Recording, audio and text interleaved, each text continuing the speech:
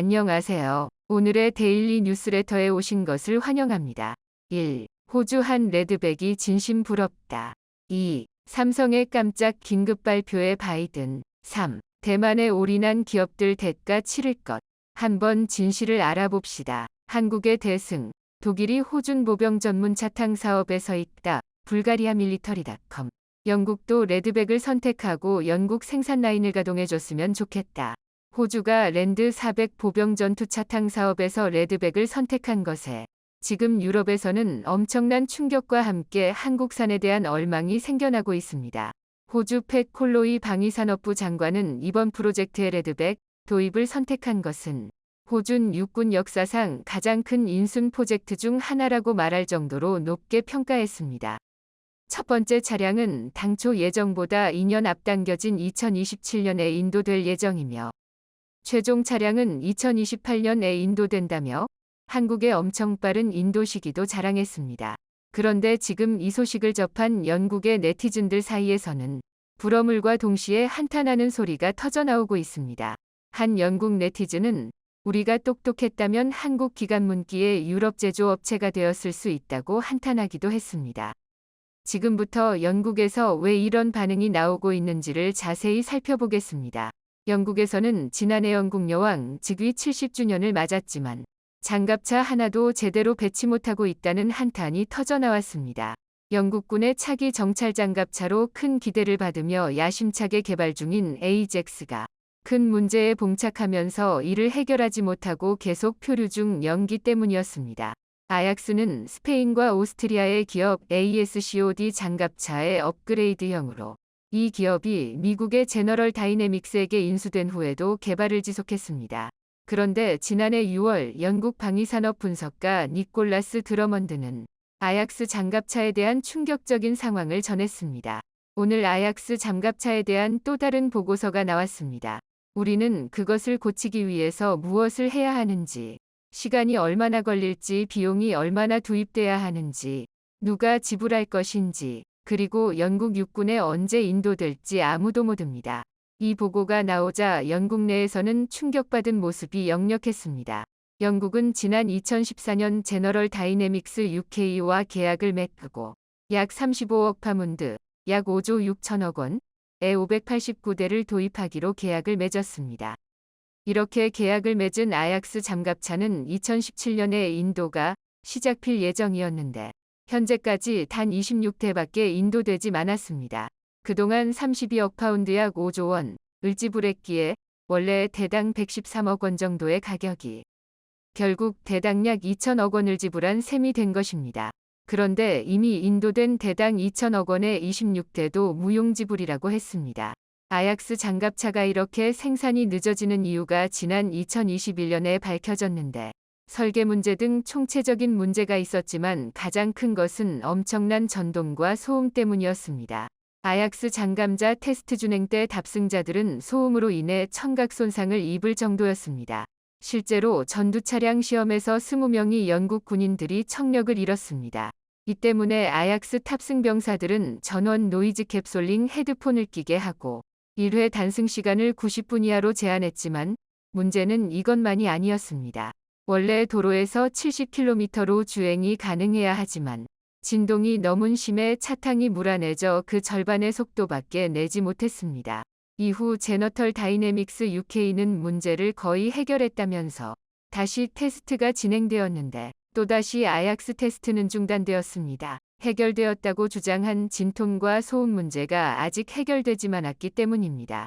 해결되었다고 주장한 진통과 소음 문제가 아직 해결되지 않았기 때문입니다. 귀를 보호하기 위해 노이즈 캡슬링을 강화한 헤드폰을 준 것이 전부였습니다. 영국 육군 관계자는 더 이상 아약스로 훈련을 진행하기 힘들다고 토로했고 퀸 영국 국방조달 담당 장관은 아약스 테스트를 바로 중단시키고 단승한 승조원 위긴급한 청락 검사를 실시했습니다. 이렇게 문제가 된 아약스는 한국산 레드백과 단적으로 비교되었습니다. 이렇게 문제가 된 아약스는 한국산 레드백과 단적으로 비교되었습니다. 보통 기갑 장비는 철로 만든 캐터필러 문항궤도를 장착하지만 레드백은 고무 재질의 캐터필러 달았습니다. 고문궤도와 유기압 현순 장치, ISU 덕분에 차체 중량은 줄였고 승차감을 올라갔다고 했습니다. 레드백은 고무궤도를 달면서 구동 진동 70% 감소, 구동 소음 13dB 감소, 연비 최대 30% 개선 등 마법 같은 스펙을 가지게 되었습니다. 기동하는 레드백에서 측정한 소음 70dB은 일반 승용차 수준인데 내부 공간에서 승무원끼리 원활한 대화가 가능했습니다. 또한 소음뿐만 아니라 진동도 적어 우리 군의 두 돈 반 트럭보다도 승차감이 좋다고 했습니다. 영국에서는 아약스 타면 병사들이 귀머거리가 되는데 레드백은 이에 비하면 신기에 가까운 장갑차였습니다. 레드백을 타고서 이것인 승용차인지 장갑차인지 헷갈린다고 말할 정도였는데 영국이 도입하려는 아약스 장갑차가 경운기 수준이라면 레드백은 고급 세단과 같다고 말했습니다. 이러니 5조 원이라는 거액을 쓰고서도 경운기 수준의 장갑차 26대만을 받은 영국에서 우리도 한국산 레드백을 도입하자는 말이 나올 수밖에 없었습니다. 아약스 장갑차는 이러한 소음과 진동을 줄일 수 있는 방법을 찾지 못했는데 앞으로 시간이 얼마나 걸릴지 비용이 얼마나 투입돼야 하는지 누가 지불할 것인지에 대한 단을 찾지 못했습니다. 애당초 기본 차대가 되는 에스코드 차체가 스페인, 오스트리아 합작으로 개발된 플랫폼이기에 영국군을 위해 변경된 설계에서 큰 문제가 발생했습니다. 영국군의 요군대로 기관포 등 무장과 잠감을 강화하디 보니 무게가 늘었고 이를 감당하기 위해 엔진도 대풀 강화하다 보니 현가장치가 당초 설계보다 늘어난 무게를 감당하지 못했습니다. 현가장치가 제 역할을 못하다 보니 높이 20cm 위 장애물도 넘지 못하고 기동 중단약을 장전하려고 하면 진동으로 인해 포가 고장나는 일이 발생했습니다.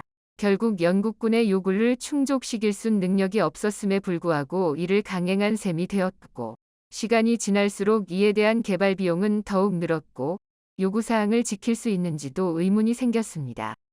여기서 영국이 눈여겨는 수밖에 없는 것은 한국의 한화도 레드백 장갑차를 만들 때 역사상 유례가 없을 정도의 호주의 엄청난 요구사항을 접했다는 것입니다.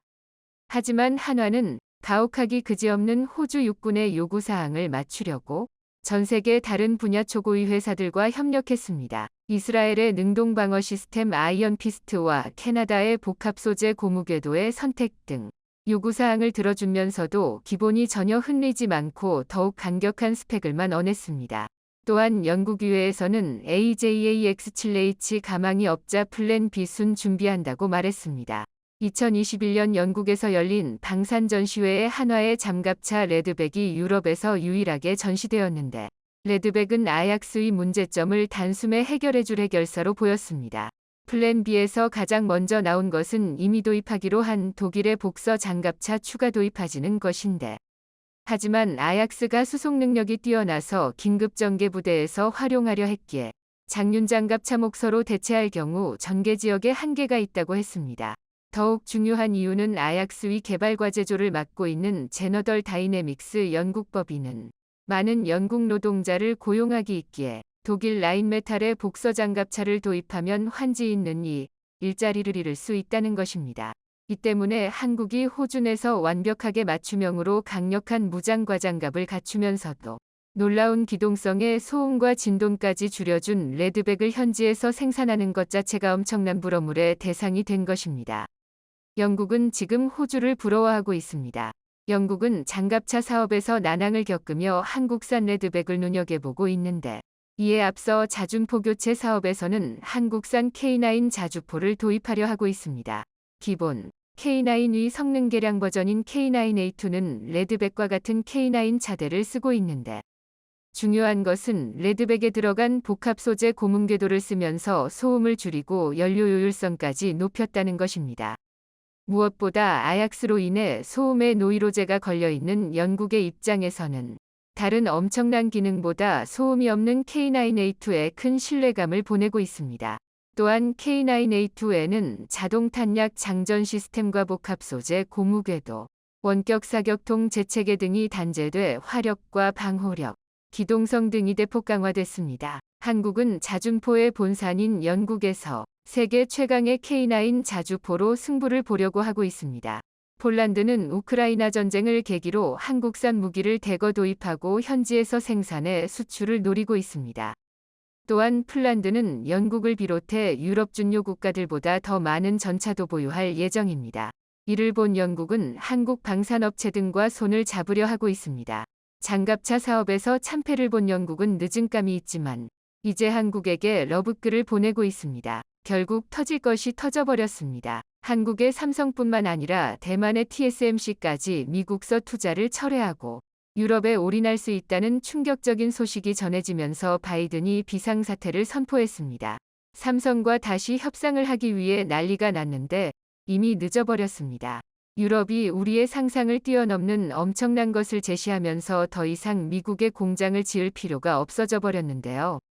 해마다 조단위 보조금을 약속하며 한국의 삼성과 SK, 대만의 TSMC 공장을 미국에 유치한 바이든. 그런데 수익이 나면 반도체 보조금을 미국 정부에 토해내야 하고 기밀 정보까지 내놓으라는 말도 안 되는 요구를 하면서 논란이 커지고 있는데요. 결국 유럽연합이 판도를 완전히 바꿔버렸습니다. 미국과 유럽연합은 세계에서 가장 강력한 FTA를 맺었기 때문에 유럽연합에서 생산되는 반도체에 대해서 미국은 그 어떠한 제재도 가할 수 없는데요. 유럽연합이 한국의 상상을 초월하는 너무나도 파격적인 제안을 하면서 지각 변동이 일어났습니다. 바이든의 한국 뒤통수치기를 의식했는지 유럽연합은 이번 기회를 놓치지 않고 한국의 삼성 반도체 공장을 유치하기 위해 칼을 빼들었습니다. 유럽연합 EU은 1일 현지 시간 27개 회원국 담당 장관들이 반도체 생산 확대 430억 유로 약 59조 원을 투자하는 EU 반도체법 칩스 액트에 합의했다고 밝혔습니다. 세드릭 나이케 지멘스 이사는 이와 관련해 독일 프랑크푸르터 알게마이네 차이퉁 FAZ에 16나노 이하 반도체는 세계 시장에서 4%밖에 차지하지 않는다면서 반도체법이 중점을 둘 대상은 확대돼야 한다고 말했습니다. EU 회원국들은 자체 또는 위탁 생산하는 경우 모두 훨씬 더 많은 프로젝트가 지원을 받을 수 있도록 법안을 개정했습니다. 유럽연합의 반도체 지원 내용은 상상을 초월했습니다. 유럽연합은 삼성전자가 유럽에 반도체 공장을 지으면 투자 금액의 최대 40%를 지원한다는 파격적인 발표를 했습니다.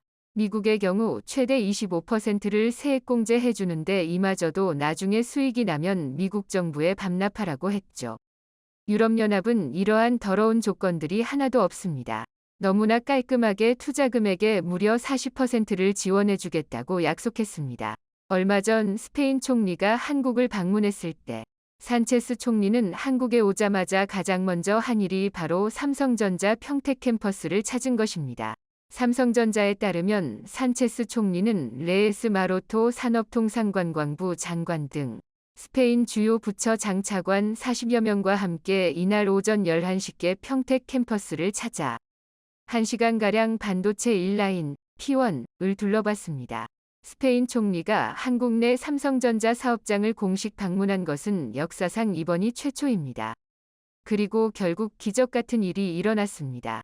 22일 업계에 따르면 엘파이스 등 다수의 스페인 언론 매체는 산체스 총리가 한국을 떠난 직후인 18일 현지 시간 소식통을 인용해 삼성전자 경영진이 팀을 꾸려 유럽을 방문했다며 그 가운데 스페인을 가장 먼저 찾았다고 보도했습니다. 엘파이스는 삼성전자가 스페인 공장 건설을 심각하게 고려하고 있다며 이를 심도 있게 연구하기 위해 팀을 꾸려 스페인을 방문한 것이라고 전했습니다. 그간 유럽 지역 직접 투자에 적극적이지 않던 삼성전자가 입장을 바꾼 것은 미중 갈등으로 글로벌 반도체 공급망 불안이 커진 데다 최근 바이든의 뒤통수에 신물이 난 것입니다. 미국이 한국보다 생산 비용도 25%나 더 비싸고 인력 효율성은 50%나 더 떨어지기 때문에 사실상 수십조 원의 보조금을 받아야 한국에 짓는 것과 똑같은 효과가 나는데 이마저도 다시 수익이 나면 토해내고 미국 정부의 기밀 정보를 모두 제출하라는 것은 터무니없는 요구라 판단한 것입니다. 유럽은 지원금 스케일이 다릅니다. 삼성이 만약 유럽에 50조 원을 투자하면 유럽연합은 삼성의 40%인 무려 20조 원을 지원해 줍니다. 미국과는 비교도 되지 않을 정도로 엄청난 규모인데요.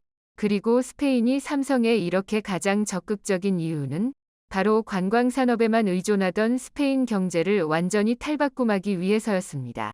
그동안 관광업에 크게 의존해오던 스페인은 코로나19 팬데믹, 전염병의 세계적인 대유행, 장기화로 항공 노선과 여행 수요가 끊기면서 경제가 큰 타격을 입었습니다. 여기에 팬데믹이 전 세계 공급망의 부담을 가중시키면서 원자재 가격이 폭등하고 생산 차질이 빈번해졌습니다. 엎친 데 덮친 격으로 러시아의 우크라이나 침공으로 안보 불안까지 커지면서 향후 폭발적인 수요 증가가 예상되는 반도체 확보에 EU 차원에서 팔을 걷어붙였고 스페인도 산업구조 전환을 모색하게 된 것입니다. 독일도 한국의 삼성에 천문학적인 보조금을 약속했습니다. 프랑크발터 슈타인마이어 독일 대통령까지 삼성전자 평택 캠퍼스를 사상 처음으로 방문했는데요. 한국과 독일 간 긴밀한 반도체 동맹에 관해 논의한 것으로 전해졌습니다. 독일 원수가 삼성전자 사업장을 공식적으로 방문하는 것은 이번이 처음입니다. 그간 게르하르트 슈레더 전 총리, 안겔라 메르켈 전 총리 등이 독일에서 열렸던 정보기술, IT 전시회, 세빗에서 삼성전자 부스를 둘러본 정도였고 제품이 만들어지는 사업장에 관심을 갖고 직접 찾은 사례는 상당히 이례적입니다. 실제로 독일은 독일의 반도체 공장을 짓기로 한 인텔에 9조 원이 넘는 보조금을 지급했는데요. 최근 7조 원의 추가 보조금을 줄 수 있다고 전해져 화제가 되고 있습니다. 인텔은 이 공장을 짓는 비용을 애초 170억 유로, 약 23조 6천억 원로 추산했지만 현재 경제 상황 등을 고려한 결과 300억 유로, 약 41조 6천억 원가 필요하며 EU 반도체법에 따라 총 건설비의 40%를 지원받을 수 있을 것으로 기대하고 있다고 소식통은 전했습니다. 인텔은 다른 지역에 건설하는 경우와 비교해 발생하는 비용 격차를 해소하고 이 프로젝트가 세계적 경쟁력을 갖출 수 있기 위해 독일 정부와 건설적인 대화를 한 데 대해 감사를 표한다고 말했습니다. 유럽연합은 유럽을 한국으로 도배하려 하고 있습니다. 이미 유럽에서 한국산 전기차 배터리의 점유율은 70%를 돌파했습니다. BMW, 아우디, 벤츠 등 독일 3사뿐 아니라 유럽 자동차 대부분이 한국산 배터리만 쓰고 있죠. 여기에 더해 한국의 삼성전자와 SK 하이닉스가 유럽의 초대 규모 반도체 공장을 건설하게 되면 유럽은 사실상 미래 유럽 경제를 한국에 전적으로 의존하게 되는 것입니다. 바이든은 초비상이 걸렸습니다. 미국에 가장 많이 투자하기로 한 국가는 일본도 대만도 유럽도 아닌 바로 한국이었기 때문에 한국이 미국 내 투자를 취소하는 순간 최근 폭락하고 있는 바이든의 지지율은 바닥을 치게 될 것임이 분명하기 때문입니다. 이에 바이든은 최근 갑작스럽게 태도를 바꾸며 한국에 파격적인 제안을 했습니다. 중국이 한국의 경제 보복을 한다면 미국과 G7이 공동으로 중국에 대해 관세 인상을 하여 한국을 지켜주겠다는 것입니다. 미국은 중국이 한국의 지난 사드 보복 때처럼 한국 경제에 압력을 가할 경우 주요 7개국 G7이 함께 대중국 관세를 인상하는 등 대항 조치를 취할 것을 제안했다고 니혼게이자이 신문, 니케이 22일 보도했습니다. 미국 정부와 연방의회는 중국에 대한 대항 조치로 수입 관세를 인상하는 등 국내법 정비를 검토하고 있습니다. 미국 초당파 의원들이 제출한 법안에서는 중국이 특정한 국가에 대해 자국의 뜻을 관철하려고 경제적 위압을 가하는 경우 미국 대통령에게 여러 조치를 실행할 수 있는 권한을 부여합니다. 이 권한에는 관세 인상 조치에 더해 경제 압력을 받은 국가에 대한 자금이나 금융 지원도 포함됩니다. 중국의 제재로 입은 손실을 보전할 수 있도록 미국이 대상국의 관세를 인하해 수입량을 늘릴 수단도 마련한다고 전했습니다. 중국이 한국과 무역을 끊어버리면 미국이 대신 사주겠다는 것입니다. 중국도 반격에 나섰습니다. 미국의 압박이 거세지자 중국은 미국의 1위 메모리 반도체 회사인 마이크론에 대해 대대적인 조사를 실시하겠다며 마치 지난번 마이크론 제품 수입 전면 금지 조치를 연상시키게 하는 강력한 규제를 선포했습니다. 중국이 미국 최대 메모리 반도체 생산업체 마이크론 테크놀로지에 대한 조사에 나선 것은 한국과 일본 같은 이웃나라에 경고 신호를 보내는 것일 수 있다고 홍콩 사우스차이나 모닝포스트, SCMP,가 전문가를 인용해 3일 보도했습니다. 로얄 상하이의 반도체 연구회사 ICY즈의 왕리프 분석가는 중국 반도체 시장이 미국과 동맹에 의해 포위된 상황에서 개시된 이번 조사는 한국과 일본에 보내는 경고로 보인다고 말했습니다. 한국과 일본은 대만과 함께 미국이 중국을 반도체 공급망에서 배제하고자 주도하는 반도체 공급망 협의체 칩4의 일원으로 이들 나라의 고위 관리들은 지난 2월 첫 번째 화상회의를 개최했습니다. 왕리프는 특히 한국이 중국의 마이크론 조사에 주목할 것으로 보인다고 밝혔습니다. 그는 중국에 여전히 반도체 제조 시설을 두고 있는 삼성전자와 SK 하이닉스에 해당 조사는 미국의 행동을 따르지 말라는 경고 신호를 보내는 것이라고 말했습니다. 안보 심사 이유에 대해서는 핵심적인 정보 인프라의 공급망 안전을 보장하고 잠재된 제품의 문제가 인터넷 안보 위험을 일으키는 것을 예방해 국가 안보를 보호하기 위한 것이라고 설명했습니다. 중국이 외국 반도체 회사에 대해 사이버 안보 심사를 하는 것은 처음입니다. 마이크론에 대한 조사를 발표하기 전까지 중국은 미국이 국가 안보를 이유로 대중국 첨단 반도체 수출 규제를 시행한 것에 대해 별다른 반격을 가하지 않았습니다. 중국 정부는 마이크론이 자국 기술 산업에서 부정적인 역할을 하고 있다고 여긴다고 왕리프는 말했습니다. 그는 마이크론이 미국 정부의 대중 제재 부과를 뒤에서 밀어붙였다는 의혹이 있다고 전했습니다. 조 바이든 미국 대통령이 지난해 8월 자국 반도체 산업 육성을 위해 만든 반도체 칩과 과학법, 반도체법에 서명한 이래 마이크론은 다른 몇몇 미국 반도체 회사들과 함께 로비 자금 지출을 늘린 것으로 알려졌다고 SCMP는 전했습니다. 최근 미래 만도제 산업을 둘러싼 미국과 중국의 패권 다툼이 더욱 격화되는 가운데 전당대회를 성공적으로 마친 중국의 시진핑이 새롭게 발표한 국가전략계획에서 대만 통일을 반드시 실현하고 필요한 경우 무력 사용도 강행한다는 방침을 세워 이를 둘러싼 국제사회의 우려가 나오고 있습니다. 게다가 중국의 전당대회 직후에 발표된 토니 블링컨 미국 국무장관의 브리핑에서 중국은 현재 대만과의 적대적인 현상 유지를 더 이상 받아들일 수 없다는 결론을 내렸고 강압적이고 강제적인 방법을 동원해 대만 통일의 목표를 달성하기 위한 방안을 검토하고 있다고 밝혔습니다. 이번 전당대회를 통해 확인된 중국의 정책이 대만에 대한 무력 통일까지 고려하고 있다는 점에서 유사시에 대만과 관련된 글로벌 반도체 기업들이 큰 대가를 치를 것이란 우려가 나오고 있습니다. 특히 대만의 반도체 기업 특성상 글로벌 업체들로부터 반도체 설계도와 정보를 넘겨받아 생산해주는 파운드리 시스템을 도입하고 있기 때문에 대만의 TSMC를 비롯한 다수의 반도체 업체들이 중국 영향권으로 넘어간다면 글로벌 기업들의 기술이 총집약된 반도체 설계도가 최근 대만 TSMC의 파운드리 점유율이 소폭 상승하며 2위 삼성전자와의 격차를 더욱 벌리고 있는데요. 삼성전자는 지난 6월 세계 최초로 GAA 기술이 적용된 3나노 공정의 양산을 시작하는 등 기술력만으로 TSMC를 압도하고 있습니다. TSMC는 지난 9월 안으로 3나노 반도체를 양산하겠다는 입장이었지만 반도체 장비 배송 문제와 다른 반도체 생산으로 수요가 몰리게 되어 내년 초까지 3나노 양산을 미룬 상황입니다. 작년에 열린 컨퍼런스에서도 TSMC 위 기술진은 3나노 양산에 어려움이 있다고 실토하면서 기존의 2년 주기로 신공정을 양산하던 것과 다르게 더욱더 많은 시간이 소요되고 있다는 입장입니다. 그만큼 3나노 양산엔 생각보다 많은 기술적 어려움이 있는 것으로 보이는데요. 그럼에도 삼성은 지난 6월 3나노 양산의 성공에 이미 고객사들에게 제품을 납품하고 있습니다.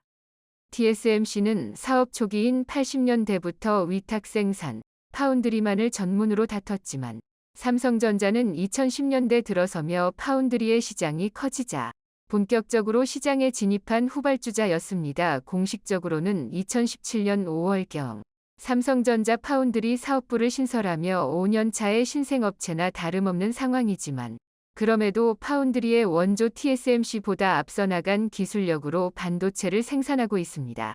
하지만 최근의 사업 근황을 보면 삼성전자 파운드리는 업계 2위이지만 16%대 점유율을 기록하며 50%대의 TSMC와는 큰 차이를 보이고 있습니다.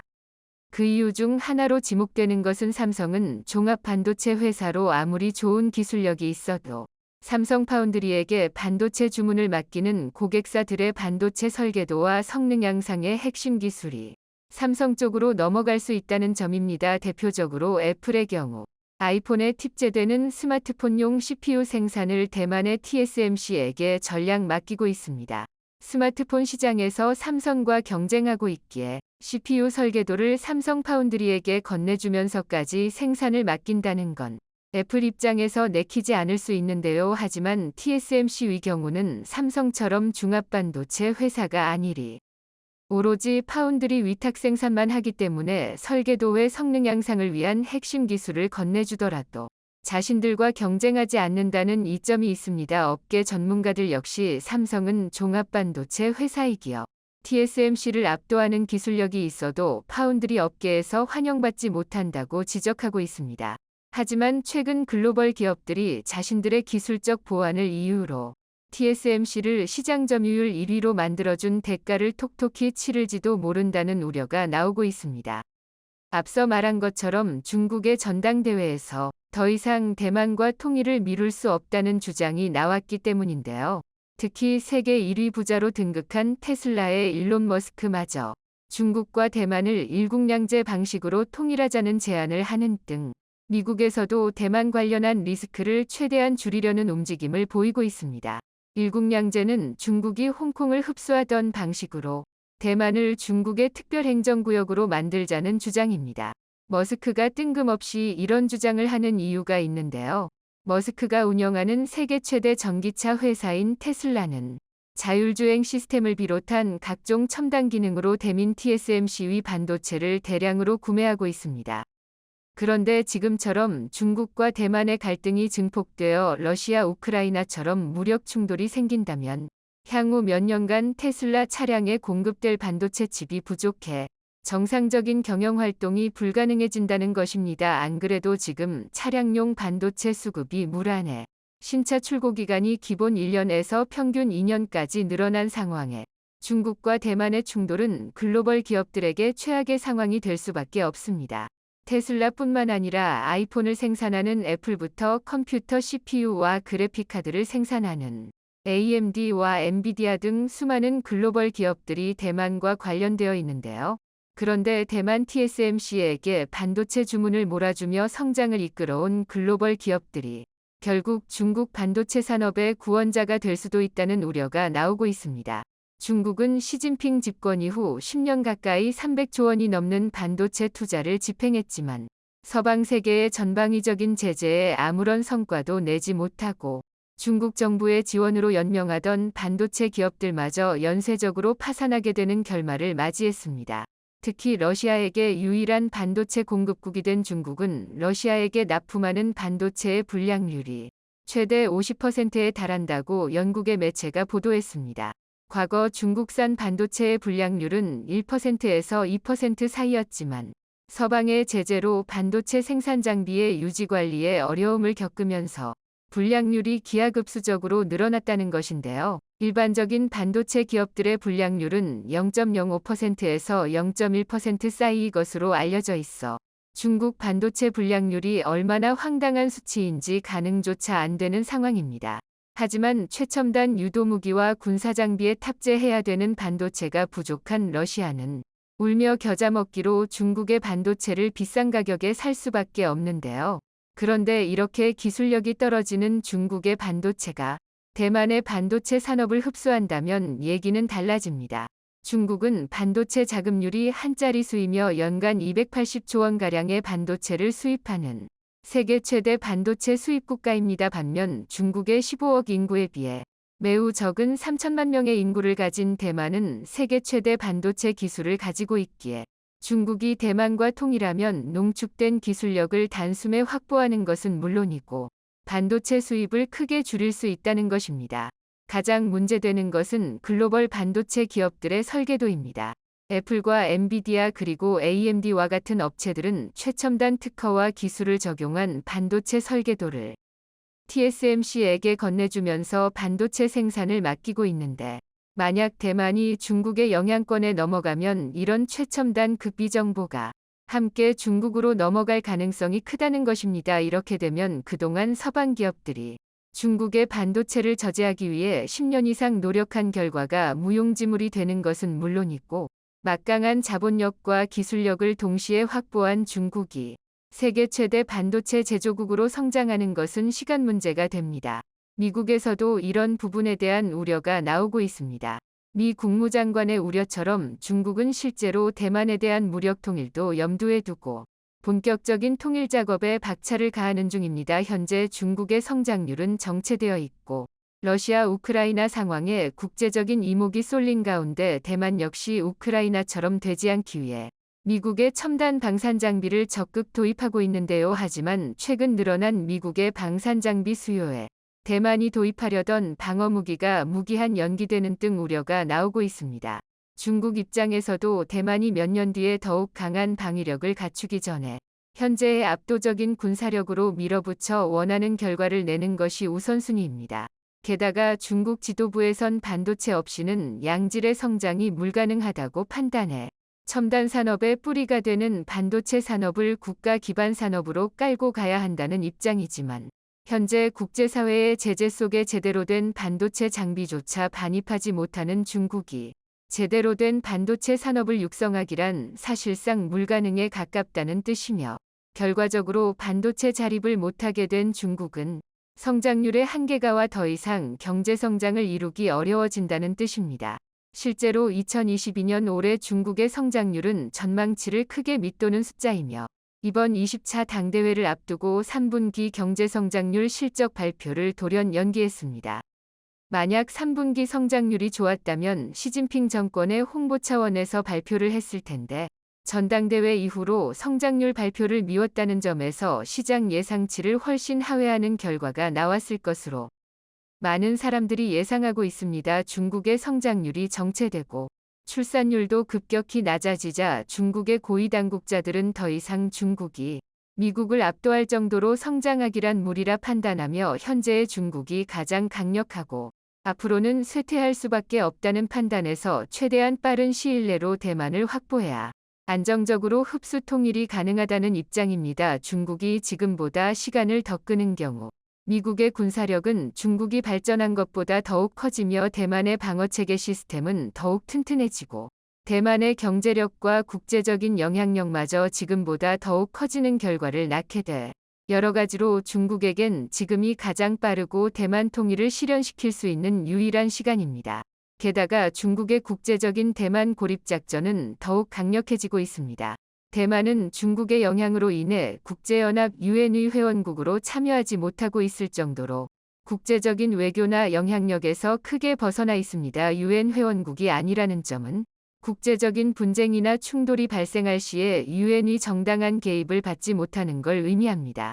이렇게 대만의 국제적인 영향력은 열악하고 지금처럼 대만에게 반도체 주문을 몰아준다면 결과적으로 언젠간 큰 대가를 치를 것입니다. 반면 한국의 반도체는 앞서 나간 기술력으로 신뢰받는 것은 물론이고 대만처럼 군사 정치적으로 위기에 있는 게 아니라 스스로 지킬 만한 힘을 보유하고 있기에 앞으로도 대만을 뛰어넘어 세계에서 가장 신뢰받고 정직한 반도체 기업이 될 수 있다고 보여집니다.